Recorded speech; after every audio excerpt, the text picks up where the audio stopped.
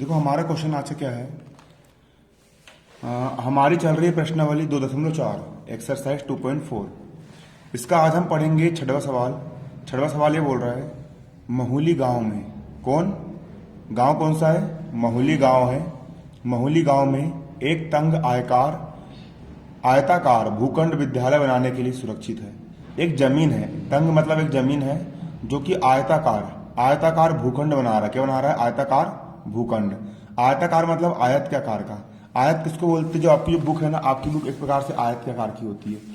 ये होता है आपका आयत। सिर्फ इसको देखना, इतना बस देखना, ये होता है आपका आयत, जिसमें आमने सामने की भुजा बराबर होती है। जितनी बड़ी ये होती है उतनी बड़ी ये भी होती है, जितनी बड़ी ये होती है उतनी बड़ी ये भी होती है।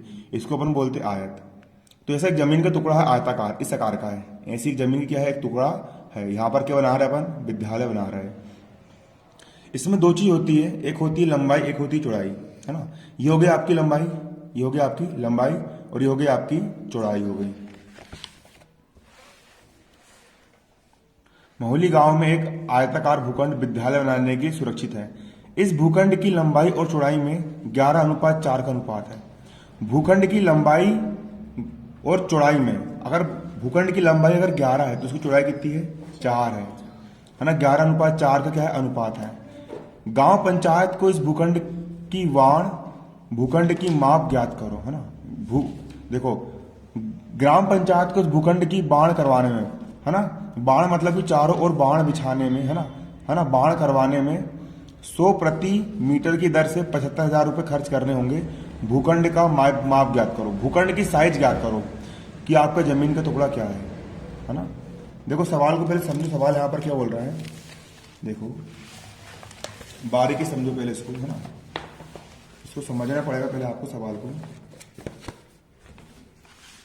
हम क्या पढ़ रहे हैं? हम कर रहे हैं प्रश्नावली। दिख रहा है सबको? प्रश्नावली 2.4 पढ़ रहे हैं। प्रश्नावली 2.4 का, प्रश्नावली 2.4 का प्रश्न 6, प्रश्न 6 का हम कर रहे हैं। सवाल ये बोल रहा है कि महुली गांव में एक आयताकार भूखंड है। देखो ये हो गया आपका आयताकार भूखंड हो गया। आयताकार क्या है? एक भूखंड है। इसकी लंबाई और चौड़ाई का अनुपात कितना है? 11:4। इसकी लंबाई कितनी है? 11 अनुपात है। तो मैंने मान लिया लंबाई होगी 11x, और चौड़ाई कितनी थी सवाल में? सवाल में चौड़ाई दी है 4, 11:4। तो चौड़ाई मान ली मैंने 4x मान लिया, है ना। अनुपात दिया 11:4, 11 हो गया इसकी लंबाई, 11x हो गई लंबाई, और चौड़ाई हो गई इसकी कितनी? 4x हो गई। ये हो गया आपका आयताकार भूखंड। ये क्या है? आपका आयताकार भूखंड है। क्लियर? अब यहां पर आपको एक चीज ये देखना है कि हमने लंबाई और चौड़ाई का अनुपात दिया है। हमने मान लिया कि माना भूखंड की लंबाई कितनी है? 11x है, और माना भूखंड की चौड़ाई कितनी है? 4x है। माना भूखंड की लंबाई, किसकी लंबाई? भूखंड की लंबाई बराबर कितनी है? 11x है। 11x है। क्या पगलाई लगा कर रखो बे? क्या कहता है?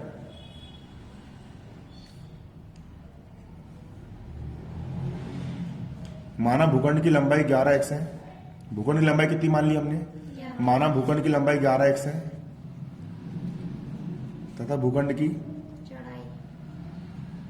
चौड़ाई बराबर कितनी है? 4x है।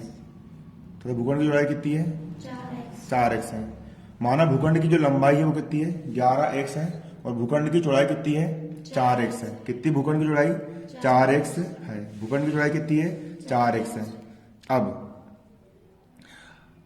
अब सवाल ये बोल रहा है, आगे क्या बोल रहा है कि एक ग्राम पंचायत है। क्या बोल रहा है सवाल ये बोल रहा है कि गांव पंचायत को, तो गांव की जो पंचायत होती है, गांव पंचायत को इस भूखंड की बाढ़ कराने में, क्या करवाने में? बाढ़ करवाने में। इसके चारों ओर जो बाढ़ बिछती, बाढ़ का मतलब होता है जो चारों ओर लगती है ना। बाढ़ नहीं लगाती है, है ना, फाइनेंसिंग करवाते हैं चारों ओर, है ना। यहाँ पर क्या लगा रहा है अपन? एक बाढ़ लगा रहा है, एक तार बिछा रहा है। क्या बिछा रहा है? तार। बाउंड्री खड़ी कर रहा है मतलब तार की, है ना, सीढ़ी लगवा रहे, है ना। इसके चारों ओर क्या लगा रहा है? बाढ़ बिछा रहे हैं। तो बाढ़ बिछाने में कितना रुपए खर्च आ रहा है उसको? 100 रुपए प्रति मीटर की दर से खर्च आ रहा है। मतलब प्रति मीटर मतलब 1 मीटर में 100 रुपये का खर्च आ रहा है। यहां से लेकर के यहां तक 1 मीटर हो गया, तो इतना लगवाने में 100 रुपये, फिर इतना लगाने में 200, फिर इतना लगाने में 300, 100 रुपये प्रति मीटर की दर से खर्च आ रहा है ना। यहां पर लिखेंगे हम बाण लगवाने में खर्च। देखो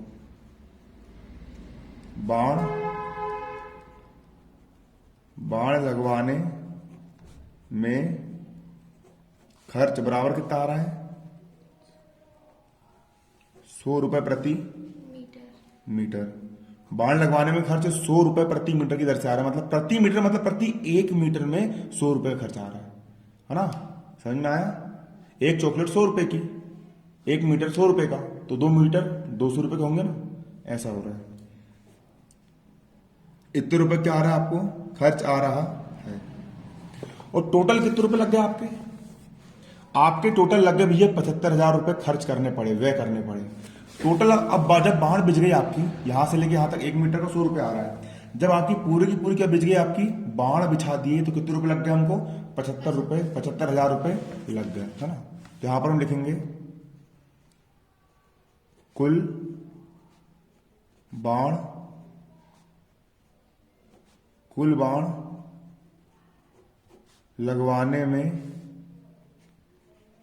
बाण लगवाने में आया खर्च बराबर कितने रुपए आया, 75,000 रुपये आया। कुल बाण लगवाने में कितने रुपए खर्चा आया, 75,000 रुपये का खर्चा आया। 75,000 रुपये खर्चा काय में आया, कुल बाण लगवाने में। मुझे आज एक बैच हो रहा है, उसमें भी ज्यादा बच्चे नहीं आते, उसमें भी कम बच्चे आते हैं। वो लोग भी बोल रहे थे सर आज बोर्ड पढ़ाओ करके। तो बोर्ड में ऐसा क्या है, मजा आता है बोर्ड में? 11वीं वाले बोल रहे थे। खैर 9वीं 10वीं में तो इतने रहते कि बोर्डिंग पढ़ाना पड़ेगा, आने के लिए। लेकिन देखो कुल बाण लगवाने में कितना खर्चा आया, 75,000 रुपये का खर्चा आया। अब देखो कुल बाण लगवाने में कितने रुपए खर्चा आया, 75,000 रुपये का खर्चा आया। तो बात ऐसी होती है कि अगर सोचो, अगर आप लोग मुझे ये बताओ, एक छोटा सा सवाल पूछूंगा पहले मैं आप लोग से, तब आपको आगे का सवाल समझ में आएगा। मुझे आप लोग ये बताओ कि अगर 5 चॉकलेट 10 रुपए की आती है, 5 चॉकलेट 10 रुपए की आती है, तो एक चॉकलेट कितने रुपए की आएगी, 2 रुपए की आएगी। कितने की आएगी, कैसे आएगी पता नहीं पता? उसकी दुकान है इसलिए उसको पता चल जाता है ना, ये है ना। अगर 10 चॉकलेट 100 रुपए की आ रही है, तुम गए दुकान, 10 चॉकलेट 100 रुपए की आ रही है, तो एक चॉकलेट कितने रुपए की आएगी, गलत। 10 चॉकलेट 100 रुपए की है, तो एक चॉकलेट 10 रुपए की आएगी। किसी 20 वापस मत कर देना, है ना, ये है ना। देखो होता ये है, इसको रफ में बताऊंगा मैं आप लोग को, इसके लिए भाग देना पड़ता है। अगर कितनी चॉकलेट, 5 चॉकलेट कितने रुपए की आ रही है, 10 रुपए की आ रही है। 5 चॉकलेट 10 रुपए की आ रही है, तो एक चॉकलेट कितने रुपए की आएगी, 5 एकम 5, 5 दूनी 10, कितनी की आएगी, 2 रुपए की। मतलब 2 रुपए की एक चॉकलेट, तो 5 रुपए की।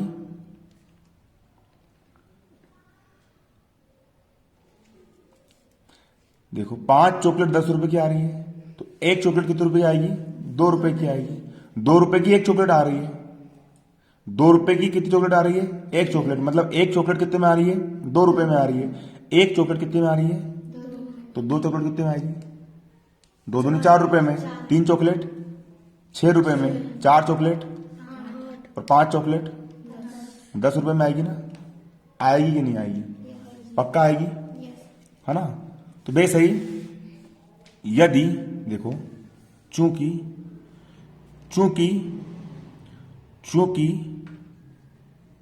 कुल, देखो चूंकि 75,000 रुपए में, कितने रुपए में, चूंकि 75,000 रुपए में क्या हुआ, 75,000 रुपए में, 75,000 रुपए में क्या हुआ, क्या आया, 75,000 रुपए में कुल खर्चा आया, खर्च आया 75,000 रुपये में कुल खर्च आया। कितनी बाड़ लगवाने का, कितनी बाड़ लगवाने का खर्च आया? जितना भी ये जो एरिया है ना, जितना भी ये एरिया है, जितना भी ये क्या है आपका एरिया है, दिख रहा है आपका एरिया, इस पूरे एरिया में टोटल वाहन लगवाने में खर्चा कितने रुपए आया आपका? 75,000 रुपये आया। कितने रुपए आया? 75,000 रुपये आया। कितने रुपए आया? 75,000 रुपये आया। ये कहा जा रहा है ना, यहाँ पर रफ समझाया था मैंने, है ना। मतलब कि देखो, कुल परिमाप, किसका परिमाप? आयत का कुल परिमाप। परिमाप मतलब पूरे किनारे की लंबाई। आयत का कुल परिमाप क्या होता है? आयत का परिमाप, आयत का परिमाप बराबर क्या होता है? 2 गुणा लंबाई धन चौड़ाई। ये होता है सूत्र आयत के परिमाप का। आयत का परिमाप बराबर होता है 2 गुणा लंबाई धन चौड़ाई। अब कुल परिमाप आपको पता है क्या? नहीं पता। अब देखो मान रख रहा हूं ना, यहां पर लिख दूंगा मैं क्या? कुल परिमाप। कुल परिमाप बराबर 2 का हो गया 2। लंबाई कितनी है आपकी? लंबाई है 11x, 11x, और चौड़ाई कितनी है आपकी? 4x। तो कुल परिमाप 2 का हो गया 2, 11 और 4 कितने हो गए आपके? 15x, 15 दूनी 30x। तो कुल परिमाप कितना हो गया आपका? 30x। कुल परिमाप हो गया आपका 30x, है ना। कुल परिमाप कितना हो गया? 30x हो गया। मतलब यहां से लेकर के यहां तक पूरा भिजवाने में कितना आया आपको? 30x मीटर का परिमाप। कितना कितना परिमाप है? यहां से लेकर यहां तक की लंबाई 30x मीटर है। क्लियर? हमने लंबाई कितनी माने? 11 मीटर माने, 11 मीटर मान। चौड़ाई कितनी माने हमने? 4x मीटर माने। तो कुल परिमाप कितना आ गया? मतलब यहां से लेकर के यहां तक की पूरी लंबाई कितनी आ गई? 11 और 11 22, 22 और 4 देखो, ये 11 की है तो ये भी हो गई 11 की आपकी, 11 और 11 22 हो गई, और ये 4 22 और 4 26, 26 और 4 30। परिमाप टोटल 30 आ गया। सूत्र से निकाले तो वो आएगा 30x मीटर आ गया परिमाप पूरा। कितना आ गया? 30x मीटर आ गया। अब बताओ कि 1 मीटर बाड़ लगाने में खर्च कितना आ रहा है? 100 रुपए। 100 रुपए का आ रहा है। कितने रुपए का आ रहा है? 100 रुपए का आ रहा है। 1 मीटर बाड़ लगाने में खर्चा कितना आया? 100 रुपए आया।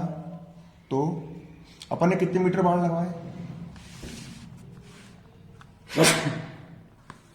इतनी पूरी जगह में अपन ने लगवाए बाड़, इतने पूरे एरिया में लगाया अपन ने बाड़। ये पूरा एरिया कितना है? मतलब परिमाप कितना है पूरा? 30x है। अपन ने कितने में लगवाए? तो 30x मीटर बाण लगवाने में खर्च, 30x मीटर बाण लगवाने में खर्च कितना आया? 75,000। टोटल बाण लगवाने में खर्चा कितना आया? चलो दिमाग का ढक्कन खुल गया, मतलब है ना, समझ में आ रहा है, मतलब है ना। कितना आया? 75,000 रुपए आया रुपए। 30 मीटर बाढ़ लगवाने में खर्च कितना आया आपका? 75,000 रुपए आया। देखो, जब 1 मीटर बाढ़ लगवाने में खर्च आया 100 रुपए, मतलब एक चॉकलेट कितने रुपए की है आपकी? 100 रुपए की है। तो 30 चॉकलेट कितने की होगी? 100 में आप 30 का गुणा कर दोगे, है ना। अगर एक चॉकलेट आपकी 2 रुपए की है तो 10 चॉकलेट कितने रुपए की होगी? 10 गुणित 2, 10 दूनी 20 रुपए की होगी। अगर एक चॉकलेट आपकी 5 रुपए की, एक मंच आपकी कितने रुपए की है? 5 रुपए की है, तो 4 मंच कितने रुपए की होगी? 4 पंचे 20 रुपए की, गुणा कर देते हो। उसी प्रकार 1 मीटर में खर्चा आ रहा है 100 रुपए, तो 30 मीटर में कितना खर्चा आएगा? 30 मीटर में कितना खर्चा आएगा? 30 मीटर में आएगा। 30x मीटर में कितना आएगा? 30x गुणा 100 रुपए का खर्चा आएगा। इतनी खर्चा आएगा। जब 1 मीटर बाढ़ लगवाने में खर्च आ रहा है 100 रुपए, तो 30 मीटर बाढ़ लगवाने में कितना खर्चा आएगा? 100 गुणा 30x, 100 गुणा 30x रुपए। जब एक चॉकलेट आ रही है 5 रुपए की, तो 30 चॉकलेट कितनी की आएगी? 30 गुणित 5 की आएगी, 150 की आएगी, है ना। उसी प्रकार जब 1 मीटर बाढ़ लगवाने में खर्चा आ रहा है 100 रुपए, तो 30 मीटर बाढ़ लगवाने में कितना खर्चा आएगा? 30x गुणा 100 रुपए का आएगा, बराबर का बराबर। यहाँ कितना है आपका? घर जाके एक एक सवाल को 3-3 बार करोगे तो ही कोचिंग आने का बेनिफिट मिलेगा, तो तुम्हें मिलने वाला। आज समझा रहा हूँ, 4 दिन बाद भूल जाओगे, पहले ही बोल दे रहा हूँ। कोचिंग आ रहे हो, है ना कि नहीं, फीस दे रहे हो, इतनी दूर से मेहनत करके आ रहे हो, इसका फल तभी मिलेगा जब घर जाकर के एक सवाल को 3 बार करोगे। एक बार देख के करो, 2 बार बिना देखे करो, तो ही फल मिलेगा। तो कोई मतलब नहीं निकलने वाला बेनिफिट। कितना हो गया तुम्हारा? 75,000 रुपए, है ना। अब देखो, अब यहाँ पर बराबर किस तरफ सिर्फ देखो, बराबर किस तरफ सिर्फ एक्स को रहने दो, बाकी सबका इस तरफ पक्षांतर कर दो। क्लियर? एक्स का हो गया एक्स, बराबर का हो गया बराबर। यहाँ कितना लिखा है? 75,000 रुपए का रुपए। अब ये दोनों 30 भी एक्स के गुणे में, 100 भी एक्स के गुणे में, तो इस तरफ काय में जाएंगे? बटे में जाएंगे। 30 भी काय में जाएगा आपका? बटे में गुणा। 100 भी काय में जाएगा आपका? बटे में। और रुपए का हो गया रुपए। ऊपर के रुपए से नीचे का रुपए कट गया, नीचे के 2 जीरो से ऊपर के 2 जीरो कट गए, 0 से 0 कट गया। 3 एक कम 3, 3 एक कम 3, 3 का पार था 7 से आगे ना बढ़े, 3 दूनी 6, 7 में 6 का बचा 1, 3 5 15। एक्स का मान कितना आ गया आपका? 25। किसका मान 25 आ गया? एक्स का मान कितना आ गया आपका? 25। एक्स का मान 25 आ गया। क्या याद करना है? भूखंड की लंबाई याद करना है और भूखंड की चौड़ाई याद करना है। तो भूखंड की लंबाई कितनी है? 11x है, 11x है।